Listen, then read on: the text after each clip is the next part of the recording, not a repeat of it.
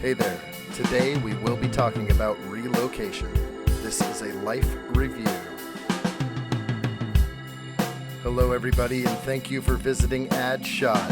If this is your first time or you are returning, we appreciate you viewing. All video and music made from scratch.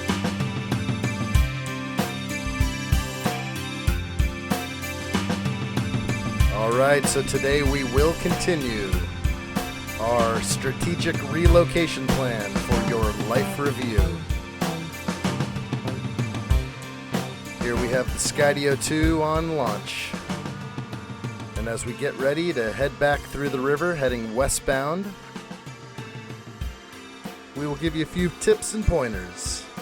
Continuing with our list on a countdown for our number one tips and considerations when moving to the country.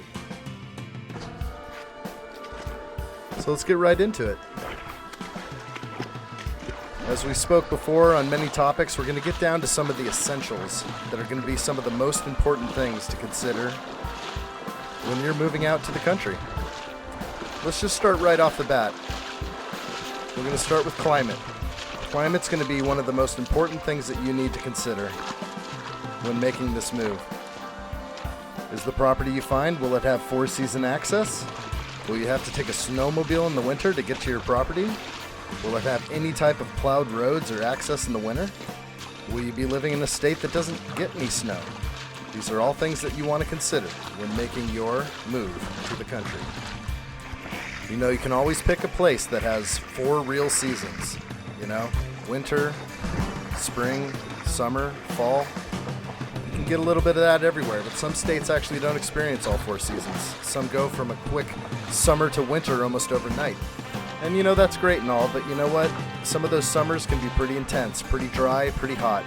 If you're choosing a place in the western U.S., be aware of fire danger. That's something that most people don't consider when they buy a property. But that is something that should always be taken into consideration.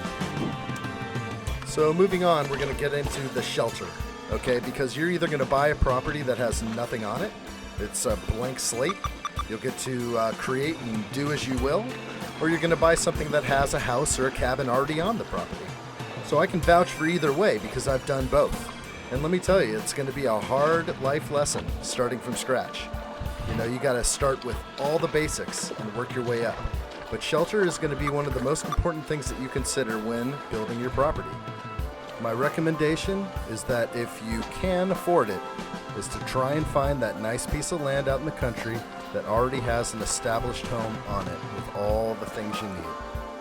Dealing with building departments and all the regulations required for building new can actually be a lot tougher than just buying a house that already exists. So most established cabins, houses that you're going to buy in a rural area probably have already figured out some of the major things, which is going to be septic and utilities. Okay, you got to have your septic system, you got to make sure the waste goes in the proper direction, you got to make sure that you have utilities, either power, water, all this kind of stuff. So utilities also include other things like internet and things that connect you to the world.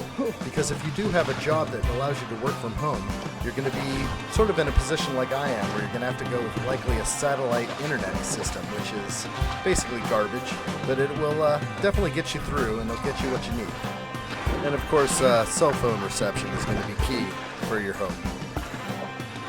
So as we wind the list down, we're getting into more and more things that are become more of essentials and things that you absolutely need when considering moving to the country. Now, one of those things is going to be water access, or the ability to have fresh, clean water. Whether that's from a river, from a well, it doesn't matter, but you're definitely going to have to find access to fresh, clean water. Now, an established house or cabin may have already figured this out. They probably already have the water well drilled. These are all going to be benefits to you. I'm telling you, starting from scratch is going to just take time and money. And don't forget to get a well test. One of the most important things you can consider is getting your well tested for the production and the quality of the water. So production's important because basically for your well to have any type of good functionality, you're going to have some sort of gallons per minute that meet a certain standard. So as your gallons per minute is important, so is the reservoir or the pool of water that you're actually pulling from underground. So I've known people that have been in scenarios where when they turn on their well, 10 minutes later, the reservoir, the pool they're pulling from goes dry, goes empty. Whoa. So obviously this type of scenario can't work for a direct feed to your house. You'd never be able to take more than a 10-minute shower. You'd never be able to wash your dishes. You'd never have any scenario. You got to have water storage. So we're talking massive tanks, 2,500 gallon, 5,000 gallon or more. You got to store your water on site. But in this scenario, you can only fill up for 10 minutes a day. So that just kills it. And you got to keep going. It becomes a never-ending cycle.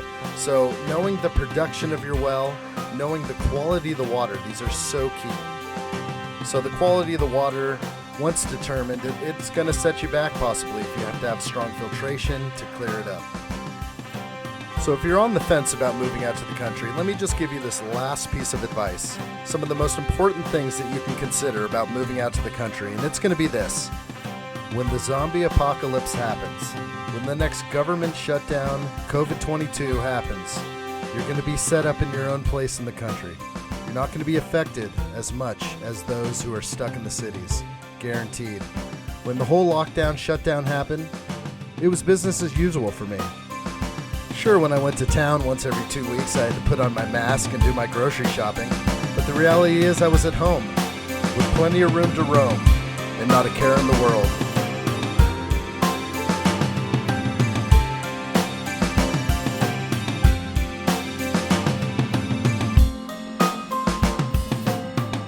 Hey, let me know what you think in the comments below. There's more to come. Please subscribe to this channel, and thanks for watching.